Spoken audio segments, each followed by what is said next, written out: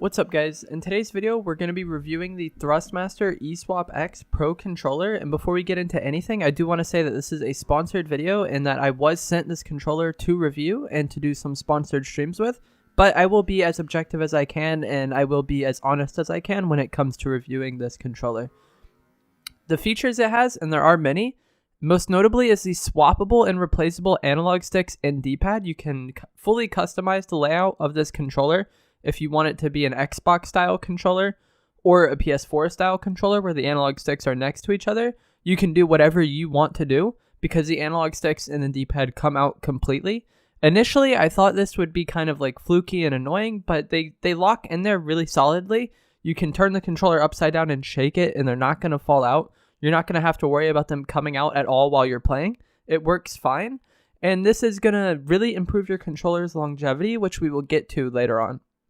There are 4 back buttons instead of paddles. This controller has buttons, and they are like contoured and cut out to where they like grip your fingers well. They're not just flat. They do have like a groove to them, and I feel like they grip your fingers really well.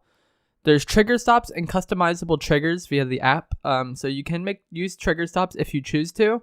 I prefer just to make the triggers themselves more sensitive. I don't really like trigger stops, but you can make the triggers themselves more sensitive to where like the slightest bit of pressure will fire your weapon or aim down sights or do whatever your left trigger, right trigger do in any game. And that's definitely going to improve your reaction time in game.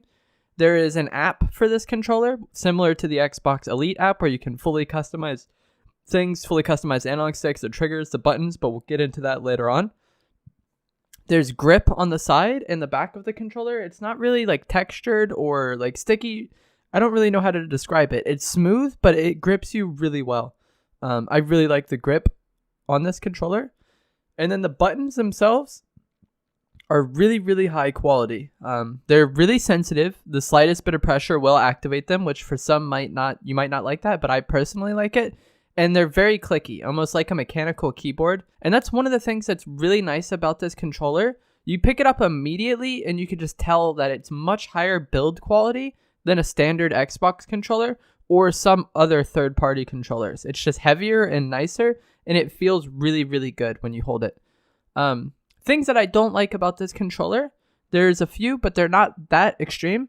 First of all, control freaks don't fit without being forced onto it, and I personally like to use control freaks or the longer analog sticks. And you can change, so you can take the analog stick out of the controller, and then you can also swap like what's on top of the analog stick if you want like a domed or a traditional Xbox version of your thumbstick. So there's a lot of customizability there.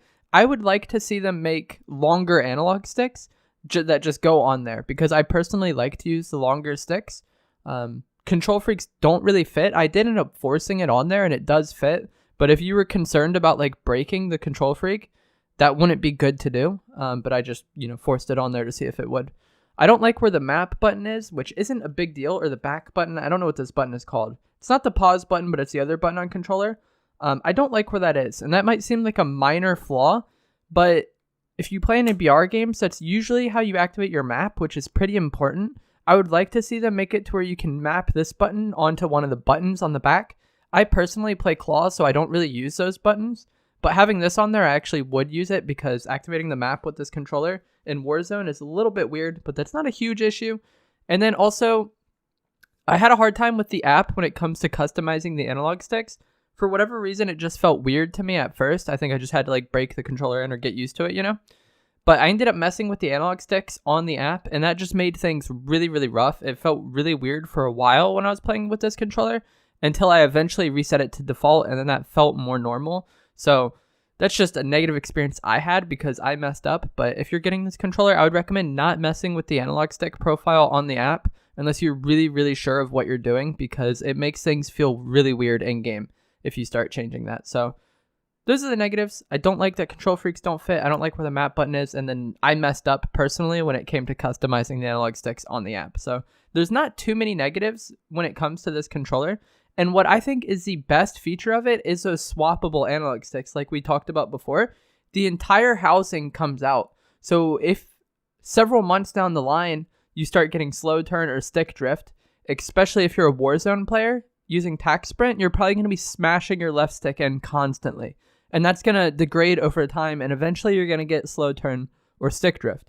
That's just a standard procedure of controllers. Pretty much every controller I've ever had, what comes down to replacing it is just stick drift, slow turn, something along those lines. And with these controllers, since the analog stick fully comes out, you could just buy a new analog stick on the site or buy these color packs that they make and then completely swap your analog stick and then make your controller last much longer. I don't know what the price of these color packs are or individual thumbsticks you can order from it. They have it on their website, but there isn't a price listed. But these controllers, these thumbsticks are replaceable. So over time, let's say like 6 months down the line, you start getting stick drift. That's not too absurd of a time to start getting stick drift. You could just buy a color pack or buy an extra analog stick and replace it, and then your controller lasts much longer, and you've spent a much smaller amount of money than if you would have had to replace the entire controller. And it really sucks when you have these premium controllers and then you end up having to replace it months down the line strictly because of stick drift. Like, that's the number one problem that controller players face, in my opinion, that makes your peripherals not last as long. I personally did have an Xbox One Elite controller, and it did last longer than a normal Xbox controller, but since you can only swap the top of the analog stick and not like the housing underneath, once I got stick drift, it was done. I had to get a new controller, and that sucks. Pretty much no matter what like pro top tier controller you get, you're probably going to be dealing with stick drift at some time, and with the Thrustmaster E SWAP X, you can fully swap them out and then make your used controller feel like new again in that aspect. So I think that's really good, and it's really what would the term be? It's really smart and really like looking to the future. I don't know how to describe that, but this is something that controllers have needed for a long time, I think, because for as long as I can remember, stick drift or slow turn, whatever the analog stick's messing up and not being as accurate as they should be or as they are when they come out of box, is always what leads to the death of a controller. So being able to fully swap it out is really nice. Also, if you're a PlayStation player switching to the Xbox and the upcoming console generation, and you prefer the PlayStation layout of your controller that's more comfortable to you, you can do that if you want. I think it's great. It's a great concept for a controller. I thought it would be kind of weird at first, but it is really, really nice. And like I mentioned before, they do have these color packs. I'll show it on screen now. This is the green one. You can fully swap out the grips. The analog sticks, the D-pad, and the triggers actually have their own color accents that you can change. So there's a lot of customizability you can do with this controller. As of right now, they just have the green and the blue color packs, but I imagine further down the line, they will make more color packs, or maybe even make it to where you can customize the color packs on your site if you have a logo, design, or whatever that you want to put on your controller. I wouldn't be too surprised if they added something like that you could special order in the future. So yeah, I would definitely recommend this controller. It comes in at $160 US. I don't know what it comes in at in other currencies, but that's a similar price to the Xbox One Elite controller. And from what I've heard of the Series 2 Elite controllers, has not been good. When I had an Elite controller, I had the Series 1, and eventually I had to get a new one because of stick drift. The Series 2s have, from what I've heard, had a lot of problems. They may have fixed this since then, but everybody who I know who got a Series 2 had to replace it very early on because of stick drift. With the Thrustmaster E SWAP X, you get stick drift. All you have to do is get new analog sticks, and you don't have to worry about buying a new controller like at a random time.